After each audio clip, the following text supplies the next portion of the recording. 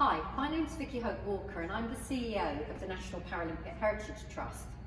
I'm going to take you on a short tour of our fantastic Heritage Centre here at Stoke Mandeville Stadium, the birthplace of the Paralympic Games. Behind me you'll see the welcome and the fantastic logo that was done by the artist Rachel Gadsden. Rachel Gadsden is an amazing international artist. Rachel has a disability, but first and foremost she is an artist and did this magnificent logo for us. Of course, I've already said that this is the birthplace of the Paralympic Games. This is where it all began in 1943 when the National Spinal Injury Centre was set up by Dr. Goodman. I'll get onto that story a little bit in a minute. But first of all, a bit of a background to the Trust itself. We were formed in 2015 to cherish and share Paralympic heritage. Why, you might ask? Well, first of all, it's a fantastic story, an inspirational story, and one that we really became much more aware of in 2012 when we hosted the Games in London.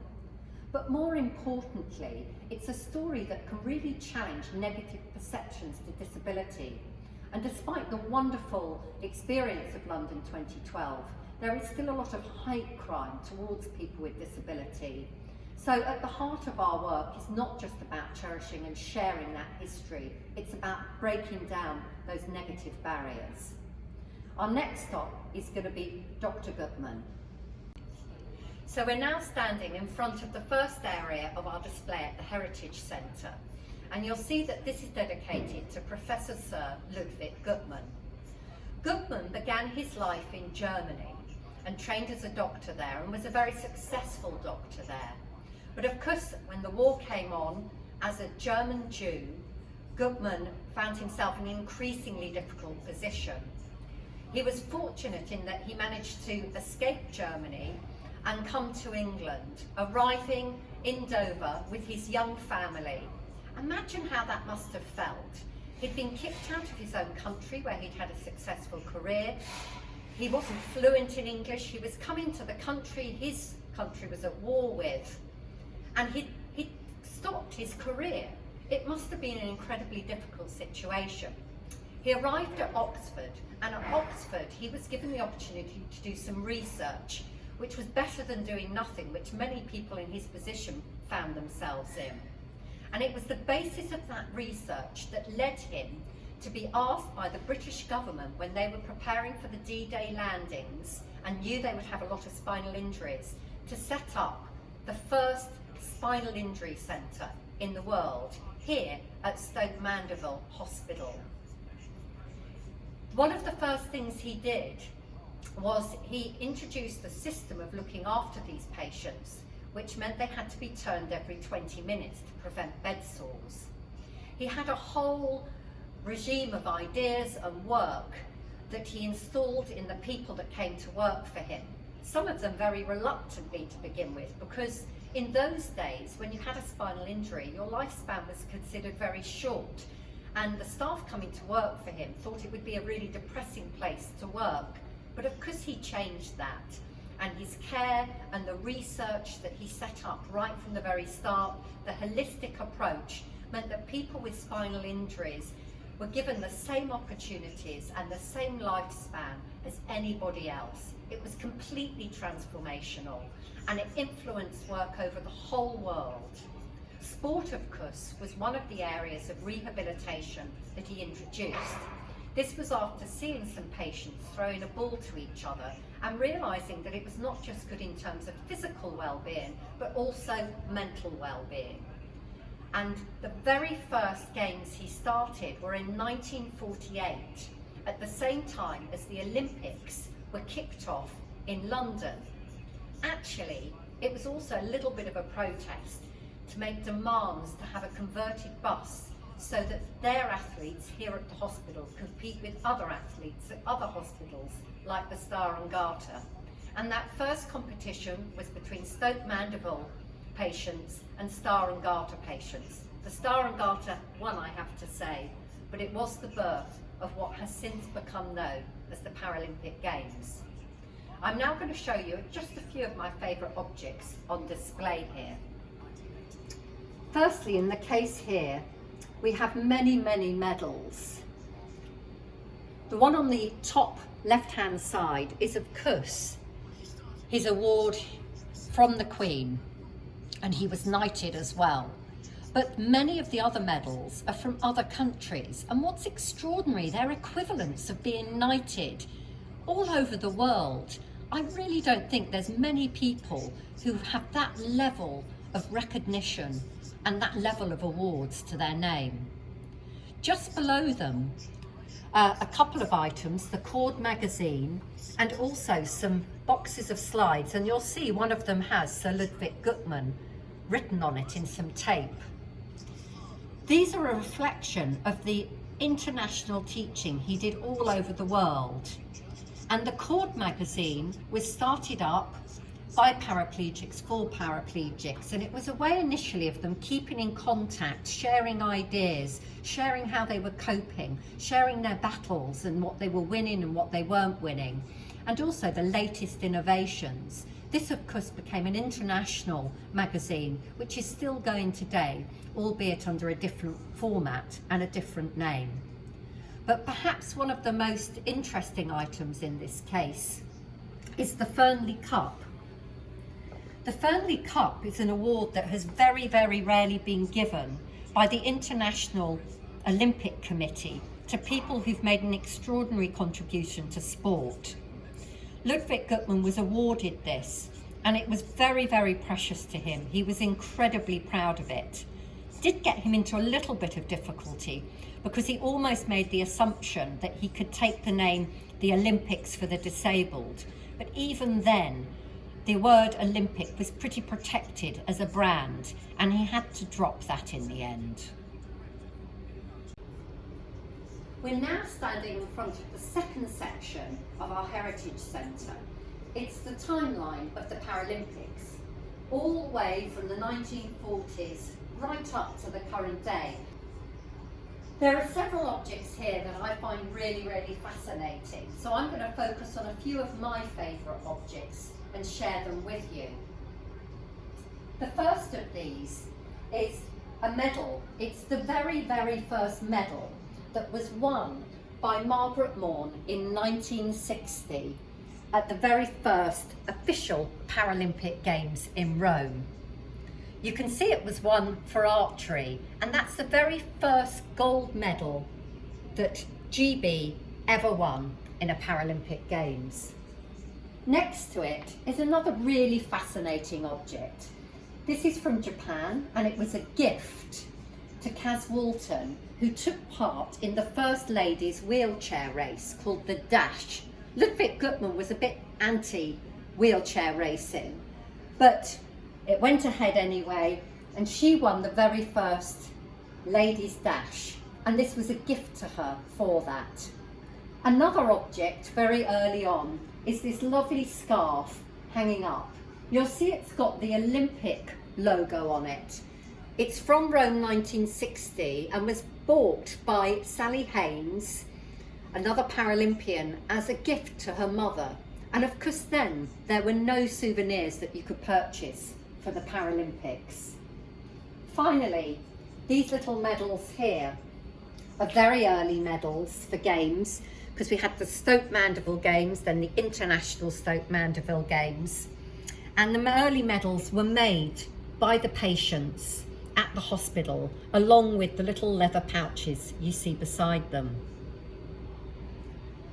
Moving along, I'm just going to highlight this jacket. I actually really like this jacket. It's from the 1984 Games. The 1984 Games nearly didn't happen. They were planned to take place in Illinois, but just a few months before they said they hadn't raised the money, and the Games could have been lost altogether at that point. But New York said they would host all the other disability sports, and Stoke Mandeville said, we will host the wheelchair sports. And the amazing community effort that took place at that Games to make sure they happened, even down to local people in Aylesbury offering spare bedrooms and room in their garden to camp for visitors. and participants alike. This jacket and year was actually also the first year that the athletes got to keep their uniform. Up until then, they had to hand them back. So quite a change in the way things operated. The lovely jacket next to it belonged to a wonderful lady called Yvonne Matt. It isn't actually official uniform, but it's a good reflection of how being part of these games wasn't just about sport and being a participant. It was about disabled people getting out there, travelling, being visitors to other countries, using their shops, their restaurants, and about them building their confidence and at the same time breaking down barriers to disability. And that was in the mind of Luke Goodman right from the very start. And the athletes found they could go into the city centre of Seoul and have clothing made overnight. Of course, it was an era of bomber jackets and films like Grease. So it's very reflective of that. And we've got several of these in our collection, so a lot of teams went out and had them made. On a slightly more comical, but actually necessity front, here is the bottom warmer that was handed out to people attending the opening ceremony at the Pyeongchang Games. And it was freezing, so I think they really, really came in handy. And finally, you can see at the top there, just some of the mascots from the Paralympic Games. And of course, looking forward to 2021 now, we have the Tokyo mascot for the Paralympics.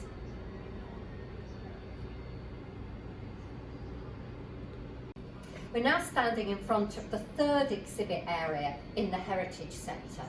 This is all about how the sports wheelchair has evolved. In the picture here, you can see some really, really heavy chairs. You know, it's amazing that they managed to play sport in them at all, quite frankly. What was really revolutionary in the 1950s is a chair like this. What was different about it? Well, clearly it's lighter weight, but it folded up. That meant that people could much more easily transport them, could get out of their homes and do other things. Up until this point, and I've spoken to families who remember these chairs, it was quite difficult to transport it. Cars were quite small in those days, although one family remember the rigmarole they had to go through to put it on the roof of their car and strap it down in order to go out anywhere. Moving along, we have this chair, again, a real kind of changer in terms of design. Belongs to Paul Cartwright, and what was suddenly really different is the chair from the 1950s. People raced in, Kaz Walton raced in that sort of design in the 1960s, in fact, in Tokyo. Suddenly the racing wheelchair, it's still got 4 wheels, and of course it has 3 today, but it's been extended out in length and has two of the little wheels at the front. And really importantly, another change was this fiberglass seat that was designed especially for Paul's bottom. In contrast to that, and taking us all the way up to 2008, is this chair. This is actually the chair belonging to Peter Norfolk, who won the gold for wheelchair tennis in Beijing in 2008. Peter actually has his own wheelchair factory, and you can see here the angle of the wheels, as well as the seat designed for him, and the incredible manoeuvrability of it.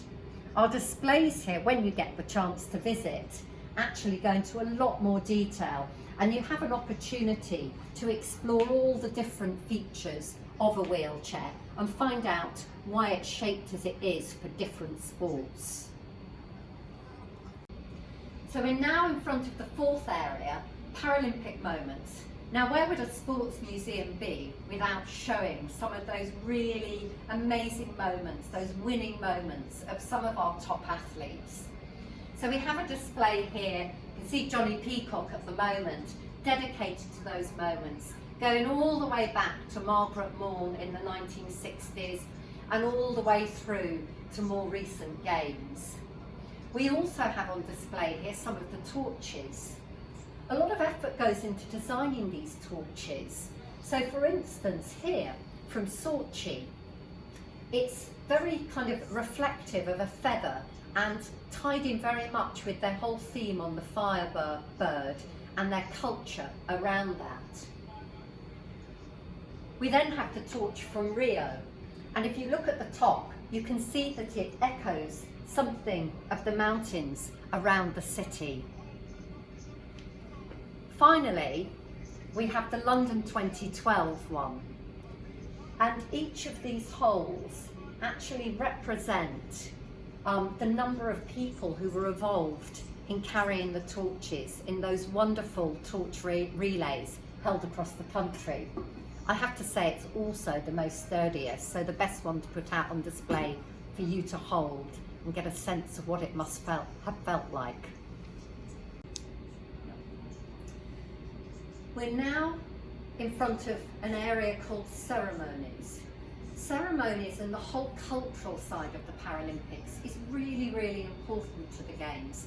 As I mentioned earlier on, those athletes taking part, it wasn't just about them taking part, it was about them being tourists and travelling in other countries.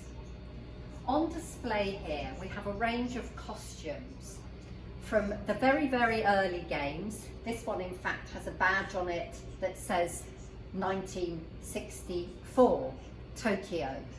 Of course, that would have been used in 1960 as well, but what they did is just change the badge.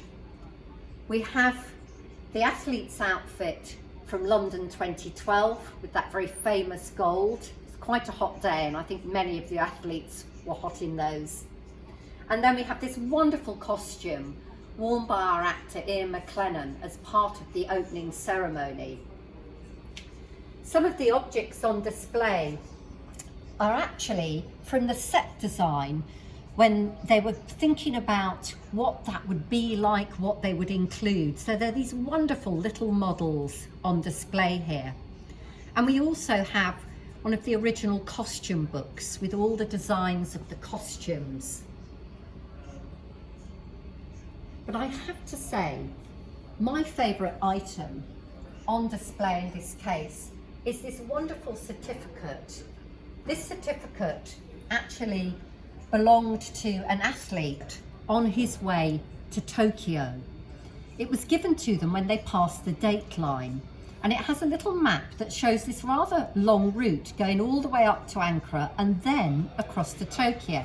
Why, you might think? Well, it was the Cold War, and so they couldn't actually fly over Russia. So I think it's a little bit of a reflection on how sport is affected by politics. And there's many stories as well about how apartheid affected the Paralympic Games and some quite controversial issues that happened at the time. We're now standing in front of the final area of the Heritage Centre. It's called Your Stories. In this small display case, we celebrate your stories, the stories that you're bringing us and sharing with us, and the donations that you're making to our collection. At the moment, we've got a really fascinating story in here.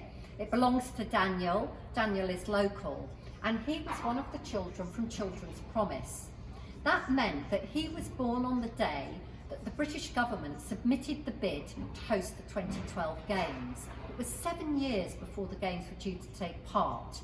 And if your child was born on that day, you could register them to be part of this scheme, which meant they would experience the development and the planning of the Games right up to and including attending the opening ceremony and other events. Daniel was one such child, and he lives locally, so it was really great to capture this story that very few people know about. So that's the end of our tour. Thank you so much for joining me. Of course, none of this would have been possible without our many funders and supporters, and that's from the Heritage Lottery Fund all the way through to the many individuals that help make this happen. We really look forward to seeing you here in person at the Heritage Centre, but in the meantime, make the most of our many resources online. Many thanks. Take care. Bye-bye.